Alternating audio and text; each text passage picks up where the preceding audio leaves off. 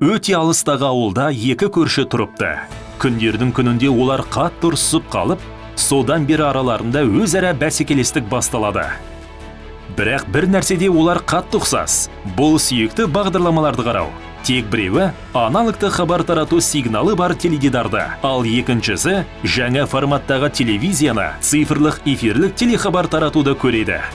Құрбым, менің не әкелгенімді қараш. Саған бар керегі қабылдағыш, дециметрлік антенна, сосын пульт қана. Болды. Оларды тек сүйікті телесериал ғана татуластыра алады. Цифрлық сигнал кедергіге төзімді және телекөрермендерге шу мен бұрмалаусыз. Тіпті республиканың ең алыс елді мекендеріне дейін беріледі. Цифрлық телевизияға ауыса отырып, сіз облыс орталықтары мен республикалық маңызы бар қалаларда 30-ға жуық, шалғай елді мекендерде 15-ке жуық телеарналарды көре аласыз.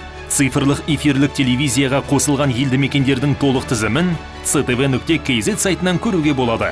Қазтелерадио акционерлік қоғамы. Әр үйді цифрландырамыз.